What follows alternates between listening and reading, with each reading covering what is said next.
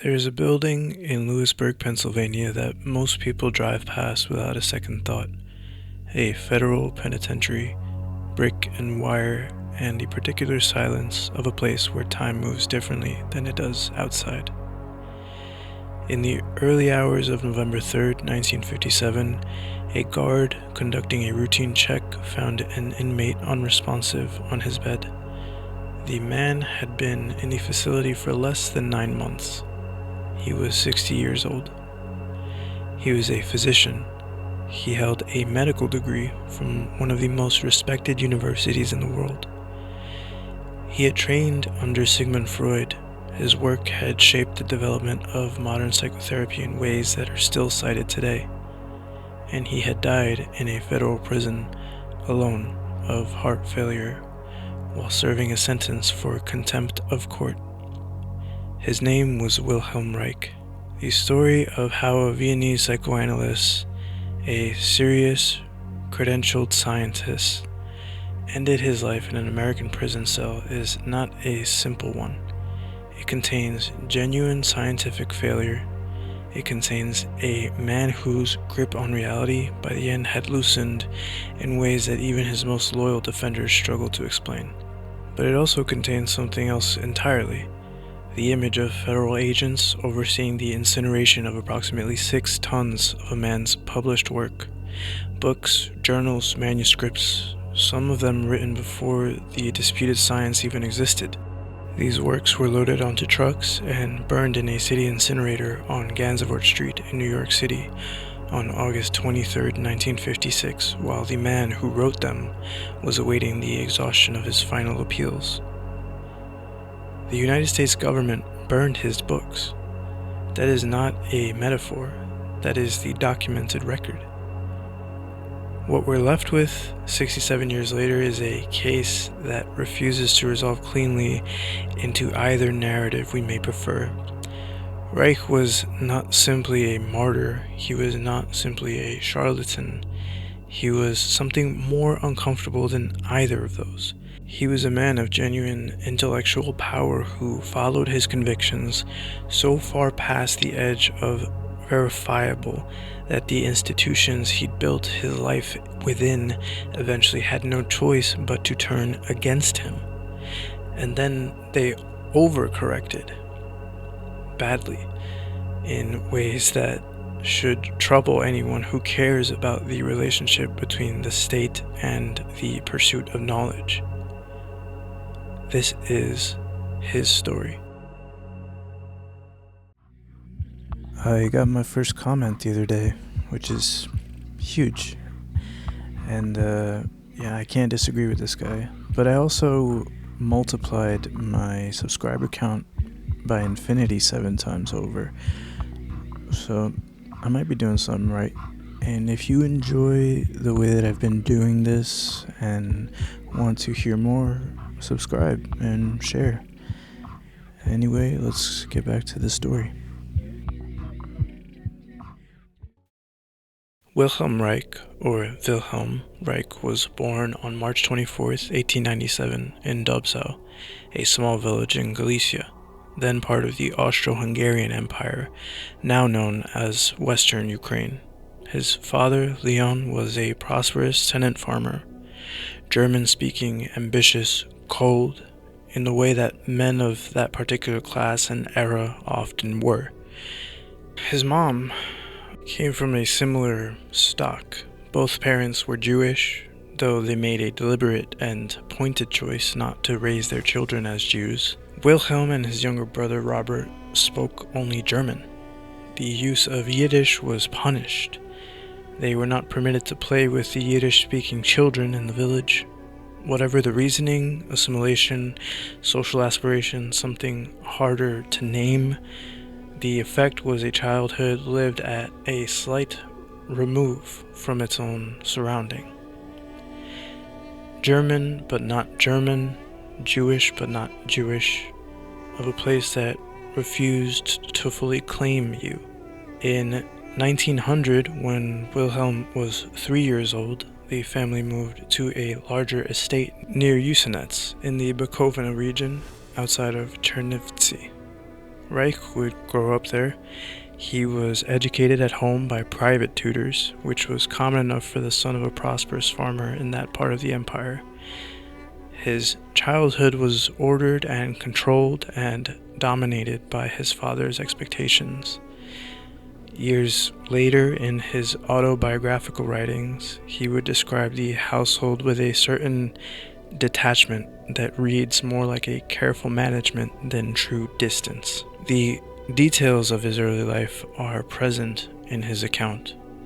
The feeling of it is harder to find.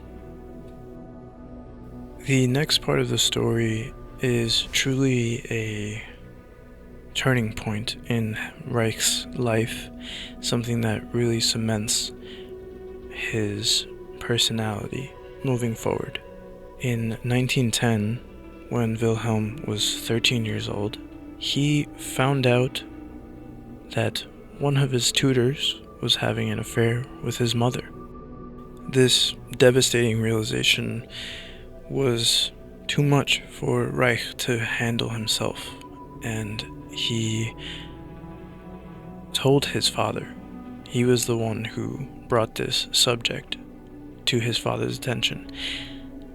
And around this time, things really took a turn. The household became more aggressive, more hostile. The guilt of what happened was enough for Reich's mother to eventually end her life. She was in her mid-30s, and Wilhelm found out the way that we tend to tell children about these sorts of things. Not in a single conversation, but in pieces over time, through the silence of the adults who didn't know what to say to a 13-year-old whose mother had just made the decision to leave. Leon Reich died 4 years later, in 1914, of tuberculosis. Some accounts suggest he was in the period following his wife's suicide, a man who had stopped caring whether he lived or not. Wilhelm Reich was 17 years old when his father died. He was now the head of the family, responsible for his younger brother. Within a year, the First World War had begun, and the family's estate, sitting in the path of conflict between Austria-Hungary and the advancing Russian army, was destroyed. Everything his family had built over generations, gone. He would enlist in the Austro-Hungarian army at 18. He would survive the war. He would then arrive in Vienna in 1918 with no money, no family property, no connections of any significance, and an almost frightening degree of intellectual hunger. He enrolled in the faculty of law at the University of Vienna. Within a single term, he had switched to medicine. By 1922, at 25 years old, he had his medical degree. It's worth pausing here because it is easy to let that catastrophe of his later years color everything that came before it. Wilhelm Reich in his 20s was, by any reasonable measure, exceptional, brilliant, industrious. His professors noticed him, his peers noticed him, and he had noticed something that would become the foundation of his legitimate and lasting contribution to psychological thought. The Vienna Psychoanalytic Society was, in the early 1920s, the center of the intellectual world that mattered most to Reich. He joined it in 1922, the same year he graduated from medical school, which was itself almost unprecedented. Candidates were typically expected to have undergone their own personal analysis before joining. Reich had not. The society made an exception for him. He was that good. He began seeing patients almost immediately, and from those early clinical encounters, he began developing an idea that would become one of his most significant contributions, and that remained in use in modified forms to this day. He called it character armor. The premise, put simply, was this: people do not only defend themselves from psychological pain in their minds, they defend themselves in their bodies.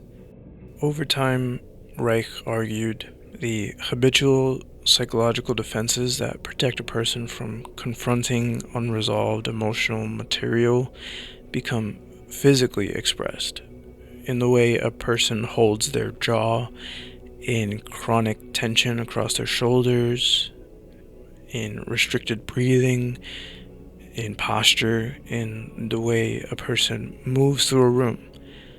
The armor is both psychological and muscular, and it's self-reinforcing. The body and the mind were not separate systems with an occasional dialogue between them. They were a single system, and they had to be treated as such. This was a genuinely radical proposition in the early 1920s. Freud's psychoanalysis was almost entirely verbal. You spoke, you free associated, the analyst listened and interpreted. The body was largely beside the point, a container for the mind rather than a participant in it. Reich was suggesting that the container itself was the evidence, that you could read a person's neurotic structure in the way they breathed. His 1933 book, Character Analysis, became one of the foundational texts of psychoanalytic thought. His work influenced the development of Anna Freud's later writing on ego defenses. What would eventually become body psychotherapy, gestalt therapy, and bioenergetic analysis all carried direct lines of descent from what Reich was working out in those years. Freud himself respected him. For a time, they were close. Reich became one of the most prominent figures in the Vienna Psychoanalytic Society. He ran clinics in working-class neighborhoods in Vienna, offering free or reduced-cost mental health services to people who couldn't afford private care. He wrote about the relationship between sexual repression and neurosis, about the psychological roots of authoritarianism, about the way political and economic systems shaped the internal lives of the people who lived inside them. He was one of the most productive and intellectually serious thinkers in European psychoanalysis. He was also making enemies at a remarkable pace. The trouble with Reich, from the perspective of the institutions he inhabited, was that he could not confine himself to what those institutions had already accepted. This, in retrospect, was both his greatest strength and the thing that eventually destroyed him. In the early 1930s, this had expressed itself in two directions that simultaneously offended the left and the right. On one side, Reich had become politically active in the German Communist Party. He believed genuinely and with significant intellectual underpinning that neurosis was a product of social repression, that sexual anxiety and political authoritarianism were not separate problems, but the same problem viewed from different angles. He took this into the streets and organized clinics. He spoke at meetings and published works. And then he wrote a book that managed to alienate the Communist Party by arguing within a Marxist framework that the party itself was reproducing the authoritarian structures it had claimed to oppose. The party did not like this. In 1933, they kicked him out. On the other side, his increasingly vocal positions on adolescent sexuality and his public association of sexual repression with political fascism had made the psychoanalytic establishment deeply uncomfortable. In 1933, Hitler came into power in Germany. Reich was forced to flee. His books were among those burned in the Nazi bonfires. Something I learned was he's one of the only people whose books were burned by both the Nazis and the United States government. That is quite the accomplishment, Mr. Reich. That same year, in 1933, he discovered that his contract with the International Psychoanalytic Publishers to publish character analysis had been quietly cancelled. This was almost certainly because of Reich's positions on sexuality and his increasingly difficult public profile. In 1934, the International Psychoanalytic Association voted to kick him out. Within a single year, he had been expelled from the Communist Party and from the psychoanalytic establishment, denounced from the left for being too radical, expelled from the scientific mainstream for being too political. He had managed the unremarkable feat of making himself unwelcome everywhere simultaneously. He moved to Denmark, then to Norway, where he taught at the University of Oslo for several years. In Norway, his research was beginning to shift. He had been working on experiments involving what he called bions, small vesicles he observed under a microscope, which he believed represented a transitional state between non-living and living matter. His colleagues at Oslo were skeptical. The academic press was hostile. The criticism was not gentle.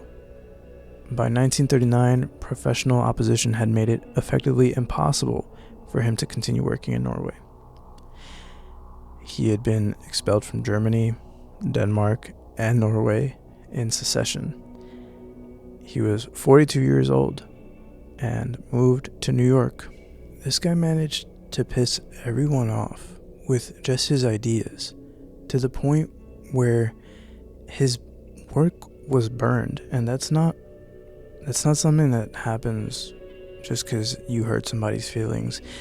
Whatever you think about Reich's works when you look into it, and we're about to look into it, the man had something that really pissed everybody off. The United States in 1939 was a different kind of place than the Europe that Reich had left.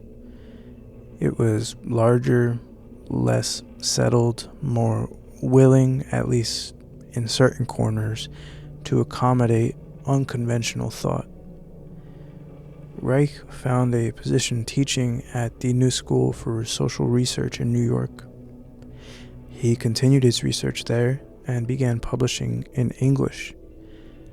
Sometime in the late 1930s, in the period between his Norwegian work and his full establishment in the United States, he arrived at the idea that would define the rest of his life and ultimately end it. He called it Orgone Energy. The theory, developed across a series of publications in the early 1940s, held that there existed a universal life force, a primordial, massless energy that permeated all living and non-living matter. Reich believed he could detect it.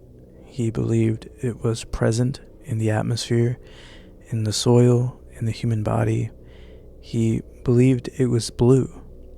He believed it was responsible not only for biological vitality, but for weather patterns, atmospheric phenomena, and the formation of galaxies. He connected it explicitly to sexuality. The word itself derived partly from orgasm, arguing that the free flow of orgone energy through the body was the foundation of psychological and physical health, and that the armoring he had described in character analysis was at the biological level a blockage of this flow. He designed devices to accumulate it. The Orgone accumulator, a box constructed of alternating layers of organic and metallic material, was capable of concentrating atmospheric orgone and transmitting it to the body of a person sitting inside. Or this is at least what Reich would claim. He rented accumulators to patients and members of the public and claimed therapeutic benefits. He also began treating patients with cancer. I'm realizing in post-production that I completely left out the Einstein affair, which, for you to understand the scope of what Wilhelm Reich was experiencing around this time, is important for you to know.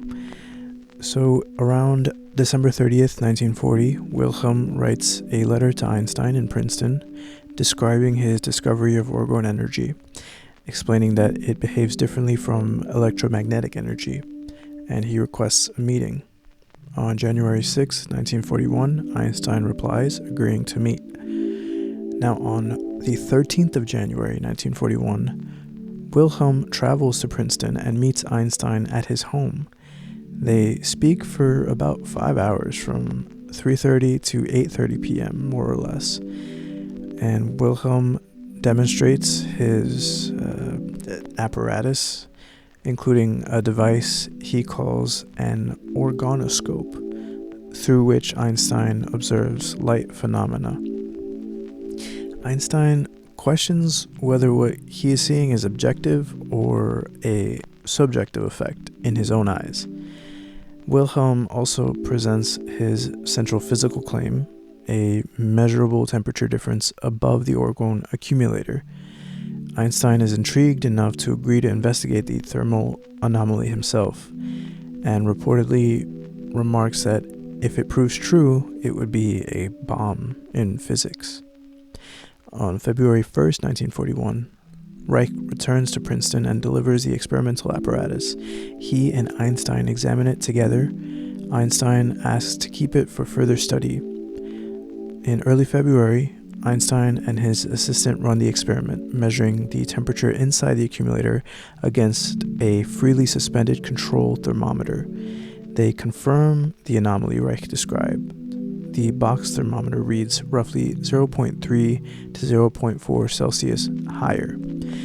On February 7th, 1941, Einstein writes to Reich, his assistant has explained the temperature difference as an ordinary heat convection, a natural temperature gradient between the floor and ceiling, rather than a new form of energy.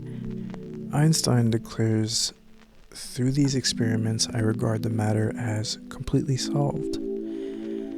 In the following weeks, Reich responds with a letter of roughly 25 to 26 pages, arguing that convection is insufficient and that the phenomena must be understood collectively rather than dismissed by isolating a single variable.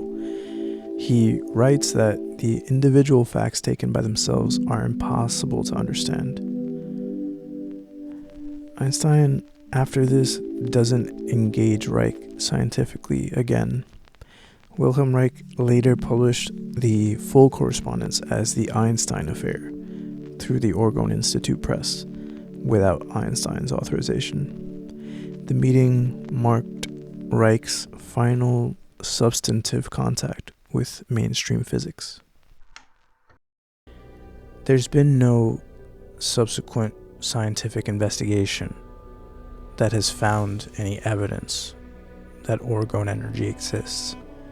The accumulator produced no measurable physiological effects distinguishable from a control condition, although we all have the ability right now to look up how to make an Orgone accumulator. It's not hard. And let me know what happens if you end up doing it. Wilhelm Reich was no fraud, in the ordinary sense, at least. He was not cynically manufacturing a product that he knew to be useless and selling it to desperate people for personal gain. He believed in Orgone energy with an intensity that had become indistinguishable from certainty by the 1940s. He had begun to make these apparatuses based on the theory of Orgone Energy, and according to Reich, had seen amazing things. Now, if you sit with this thought for a moment and realize what we're really talking about, this universal life energy that has the potency to heal, this to me does not sound much different than what has been shown with radiation treatment, or with, imagine talking to a caveman about electricity, that you can harness electrons and manipulate them to power your vape. Crazy. These are the sorts of things that we would never think possible before we have them, and I just think that's important to establish before we move on. In 1942, Reich had purchased land outside of Rangeley, Maine, a remote, sparsely populated area in the western part of the state, surrounded by lakes and forest. He called the property Orgonon. Over the following years, he built a laboratory there, a stone tower for observation, living quarters, and a facility for the manufacture of Orgone accumulators. He established the Wilhelm Reich Foundation in 1949, a formal organization intended to support and continue his research. Reich develops the Cloudbuster. This was a device consisting of hollow metal pipes pointed at the sky, connected by cables running into a body of water. The theory was that it could draw Orgone energy from the atmosphere and direct it, allowing the operator to influence weather patterns. Reich used it in Maine and claimed it caused rainfall during a drought. He was, by the early 1950s, also claiming that UFOs, which he called Corpsmen, an acronym for Cosmic Orgone Energy, were a real phenomenon that he was tracking from Orgonon, and that the Cloudbuster could be used to engage them. There are photographs of him and his son at the Cloudbuster during what he described as UFO operations. The Food and Drug Administration had been receiving complaints about Wilhelm Reich's Orgone accumulators since the early 1940s. A journalist named Mildred Edie Brady had published a critical article in 1947 in the New Republic, a piece that was contemptuous and in places inaccurate, but that had the effect of alerting federal regulators to Reich's activities. The FDA began building a case. Their concern, narrowly defined, was Reich was renting medical devices, the accumulators, to members of the public and making therapeutic claims about them. He was, in their framing, a manufacturer of misbranded medical devices operating in interstate commerce in violation of the Food, Drug, and Cosmetic Act. On February 10, 1954, the United States Attorney for the District of Maine filed a 27-page complaint seeking a permanent injunction. The complaint cited sections 301 and 302 of the Federal Food, Drug, and Cosmetic Act. It sought to prohibit the interstate shipment of Orgone accumulators and to ban the promotional literature accompanying them, and to require the destruction of existing devices. Reich's response was, by any conventional legal standard, disastrous. He refused to appear in court and submitted written correspondences to the judge explaining that no judicial authority was competent to adjudicate a matter of scientific discovery. He argued that the question of whether Orgone existed was not a legal question and that the court had no standing to rule on it. His position was in his own framing, philosophically coherent. You cannot settle a scientific question with a gavel, but as a legal strategy, it was catastrophic. On March 19th, 1954, the court entered a default judgment against him. In the absence of any defense, the injunction was granted in full. The terms were sweeping. Reich and his associates were perpetually enjoined from shipping Orgone accumulators across state lines. All accumulators currently on rental were to be recalled to Maine and there be destroyed or dismantled under FDA supervision. And here's where the case crosses into territory that should give us pause. All printed literature pertaining to Orgone Energy was ordered destroyed. This included promotional materials, journals, and eventually books. Books that in some cases had been written and published years before Reich ever even began discussing Orgone. Reich did not comply with this, and you can't really blame him. This is his entire life's work being destroyed, and I think that the argument for Wilhelm's work is most potent when we consider this. Whatever Wilhelm Reich's work was onto, it was potent enough to kick him out of multiple countries and have his works burned multiple times. I also invite you to think about how radical something like electricity was. This energy that could power the world. There's something here, there's something within this story that merits such a potent reaction from establishment. Just think about that. In early 1956, one of Reich's associates, a physician named Michael Silvert, transported Orgone Energy equipment from New York to Orgonon in Maine, crossing state lines in direct violation of the injunction. It's not entirely clear how much of this Reich authorized or was aware of, but what is clear is that when federal authorities moved to hold him in contempt, he did not dispute that the injunction had been violated. What followed in May of 1956 in Portland, Maine, was one of the stranger trials in American legal history. Reich appeared in court representing himself. He brought with him copies of his books, which he arranged to have sent to the judge.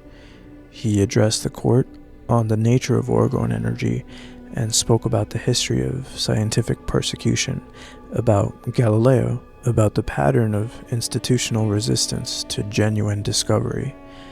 He admitted, without apparent distress, that the injunction had been violated. His defense was not that the violation hadn't occurred. His defense was that the injunction should have never existed, that the court had no authority to suppress scientific research, and that history would vindicate him. The jury deliberated and returned a verdict on May 7th, 1956. Guilty. Wilhelm Reich was sentenced to 2 years in federal prison. Michael Silvert was sentenced to a year and a day. The Wilhelm Reich Foundation was fined $10,000. Reich appealed. On December 11th, 1956, the United States Court of Appeals upheld the district court's verdict. On February 25th, 1957, the United States Supreme Court declined to hear the case.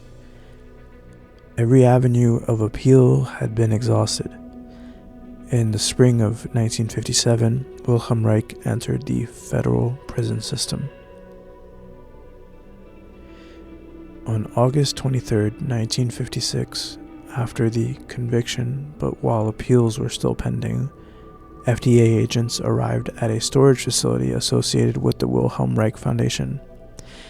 They had come to carry out the terms of the 1954 injunction. They supervised the loading of approximately 6 tons of materials onto trucks. The materials were transported to a city incinerator on Gansevoort Street in Greenwich Village, New York City. There, Under federal supervision, they were burned. The destroyed materials included copies of The Sexual Revolution, copies of Character Analysis, the 1933 book that had influenced a generation of psychoanalysts and that remains, to this day, cited in the clinical literature on ego defenses and body psychotherapy. Copies of The Mass Psychology of Fascism, which Reich had written in 1933 as a psychoanalytic examination of how fascism takes root in the psychological structures of ordinary people, a book that predated his Orgone work by more than a decade. Journals, monographs, research documents, all of this destroyed. The FDA's legal justification was that these materials constituted promotional literature for a misbranded medical device. Because Reich had added references to Orgone Energy in new introductions and editions of some of his earlier works, the court held that those works were now contaminated, that they were part of the commercial apparatus of a fraudulent medical product and could be destroyed accordingly. There are a few things to say about this. The first is that the legal reasoning, even on its own terms, was extremely broad. Character analysis was not an advertisement. It was a serious work of psychoanalytic theory. The argument that adding a preface mentioning Orgone Energy retrospectively transformed it into misbranded product literature and therefore subject to destruction required a degree of interpretive aggression that should have alarmed anyone watching. The second is that the practical effect was to suppress work that had nothing to do with Orgone Energy. Whatever you believe about the accumulator, whatever conclusions you reach about the FDA's legitimate regulatory interests in preventing the marketing of unproven medical devices, the burning of character analysis is not defensible on those grounds. It's the burning of a scientific text and the destruction of intellectual work by a government order. The third is that this happened to Reich before. His books had been burned in Nazi Germany in 1933.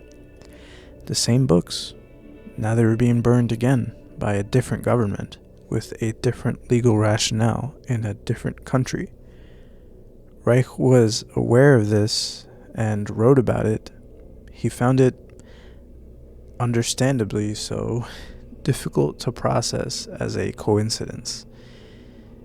It was the largest destruction of published scientific and medical work by government order in American history. Wilhelm Reich entered Lewisburg Federal Penitentiary in central Pennsylvania in the spring of 1957. He was 60 years old. He had spent his entire adult life in continuous intellectual production, writing, experimenting, publishing, arguing. He had crossed a continent and an ocean. He had survived the First World War, the collapse of his family's property, the death of his parents, the political upheaval of interwar Europe, the expulsion from multiple countries, and decades of professional marginalization. He was, by the account of those who visited him in prison, alert. He was working on a manuscript. He had been in Lewisburg for less than 9 months when a guard found him unresponsive on his cot in the early hours of November 3rd, 1957. The prison physician was called. There was nothing to be done. The autopsy recorded myocardial insufficiency with sudden heart failure. His heart had stopped. He had been 6 weeks away from being eligible for consideration of parole. He was buried at Orgonon on the property he had built in Rangeley, Maine, beneath the stone tower he had constructed to observe the orgone in the atmosphere. His grave is there today. The Wilhelm Reich Museum operates on the property. Visitors come from around the world. His associate, Michael Silvert, whose transportation of orgone equipment across the state lines had triggered the contempt of proceedings, was released from prison on December 12, 1957, just over a month after Reich's death, having served 3/4 of his own sentence. Silvert later died by suicide in 1958.